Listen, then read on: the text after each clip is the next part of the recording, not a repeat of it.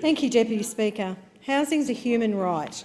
Without an address, getting a job is impossible. How can you turn up for an interview and look professional if you're sleeping rough?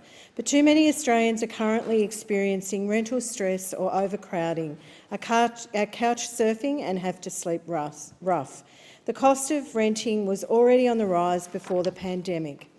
The pandemic has made the rising costs more obvious, and particularly with the unemployment queue.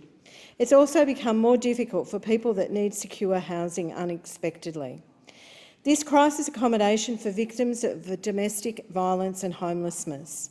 Last year, 55 women were killed in the domestic setting, and there are more people experiencing homelessness than ever before in Australia, and the forecast is it's to get worse.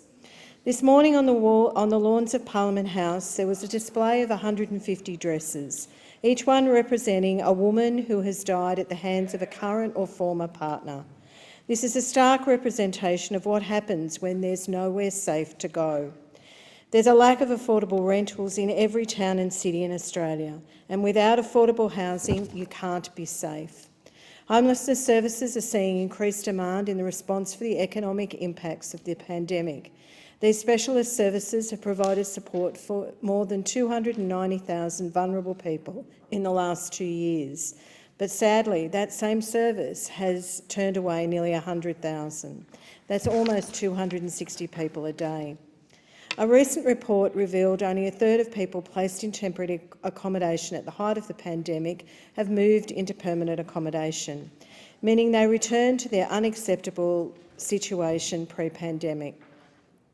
The government's answer to this is to cut $56.7 million from the Equal Remuneration Fund, reducing homelessness services. This is a policy failure. The lack of strong federal government housing policy demonstrates a lack of leadership. The Productivity Commission report revealed there are fewer public housing dwellings in Australia now than they were 10 years ago. Building and repairing social housing is what Australia needs to house people and to stimulate the economy and to provide jobs. By the end of last year and continuing into this, 25% of Australia's social housing needed urgent repairs and maintenance.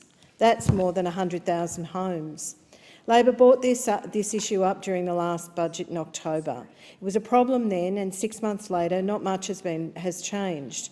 More importantly, it's a problem that we can fix. Investing in social housing can rebuild our workforce through the pandemic. Investment in social housing would create thousands of jobs for all sorts of trade peoples. Repair could start almost immediately, providing work for local plumbers, chippies, sparkies, plasterers and painters.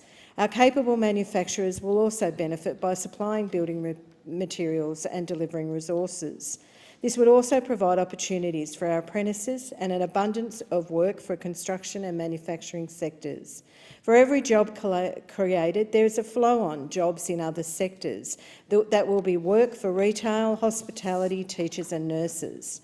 It's disappointing that the Morrison government continues to ignore Australia's housing and homelessness crisis, knowing the benefits to our economy and to our most vulnerable citizens. In my electorate of Werriwa, there is a 20-year wait for social housing. This doesn't include the houses that people are living in right now in urgent need of repair. The GFC taught us that investing in ourselves is the way to break the chains of a recession and unemployment. And as the then Treasury Secretary Ken Henry said, go hard, go early and go with households. Labor government kept the nation out of recession by investing $5 billion towards 20,000 new social housing dwellings and repairing 80,000 others, keeping unemployment under 6%, the second lowest in the OECD. Australia was praised on the world stage for our response, and many nations followed our approach. But social housing means much more than economics. It puts a roof over people's head. It gives people dignity. It improves educational opportunities for their children and themselves. It helps them find jobs and stay in jobs. The pandemic has emphasised the need for everyone to have proper housing. You need that to be thought of well within your community. The government needs to show leadership, and refusing to do so puts all of our people in a serious and with no safe housing and secure housing in Australia.